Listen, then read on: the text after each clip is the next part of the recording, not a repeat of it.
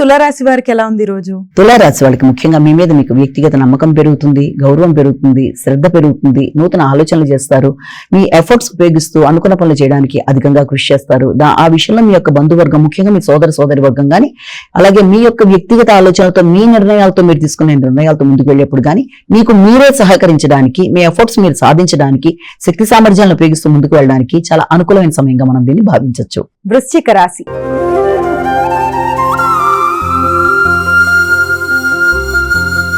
అమ్మ, వృశ్చిక రాశి వారికి ఎలా ఉంది రోజు? ఎదురు చూస్తున్న విషయాలలో ఎక్కువ శాతం ఏదైనా ప్రయాణాలకు సంబంధించినవి కానీ, ఆర్థిక సంబంధమైన విషయాలు, మీకు రావాల్సిన ధనం, ఆదాయం, అలాగే తండ్రి తరపు విషయాలు ఏదైనా ఉంటే వారికి సంబంధించిన ఆదాయ వ్యవహారాలు మొదలైన వాటికి సంబంధించిన విషయాల్లో కొంత ఒత్తిడి, దాంతో పాటుగా ప్రయాణాలు, దూర ప్రయాణాలకు కూడా ఆకస్మికంగా అవకాశాలు ఉంటాయి.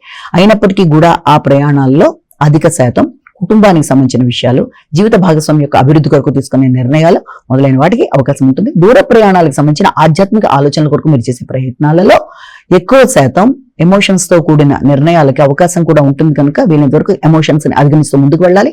మానసిక ప్రశాంతత పెంపొందించుకోవాలి. మాటల వల్ల ఇబ్బంది కలగకుండా జాగ్రత్త వహించాలి. కుటుంబ సభ్యులతో కలిపి చక్కటి కీలక నిర్ణయాలు తీసుకుంటూ ముందుకు వెళ్లే విషయాల్లో అనుకూలమైన వాతావరణంగానే ఉన్నప్పటికీ ఒత్తిడిని జయిస్తూ, శ్రమతో కూడిన ఒత్తిడిని అధిగమిస్తూ మానసిక ప్రశాంతతను పెంపొందించుకునే మార్గంలోకి మీరు వెళ్ళాలి. ధనస్సు రాశి.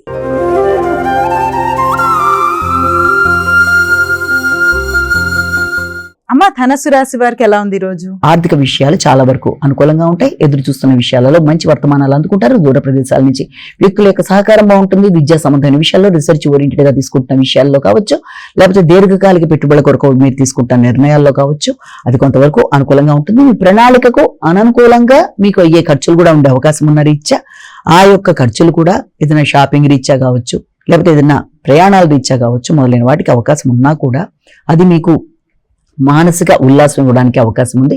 అలాగే మీరు పెట్టే పెట్టుబడులు కూడా అధిక శాతం మీ వ్యాపార విస్తరణ కొరకు ఆలోచనలు చేస్తారు కనుక వ్యాపార విస్తరణ కొరకు పెట్టే పెట్టుబడులలో, దీర్ఘకాలిక సంబంధమైన విషయాలలో, వ్యక్తిగత గౌరవాన్ని అభివృద్ధిపరుచుకునే దిశలో మీరు చేసే ప్రయాణాల విషయంలో, ముఖ్యంగా ఆ యొక్క అభివృద్ధికి సంబంధించిన ప్రయాణాలలో వీలైనంత వరకు ఆచితూచి వ్యవహరిస్తూ అభిప్రాయ భేదాలకు అవకాశం ఇవ్వకుండా వీలైనంత వరకు జాగ్రత్తతో ముందుకు వెళ్లి అనుకున్న ఫలితాలు సాధించడానికి ప్రయత్నాలు చేయాలి.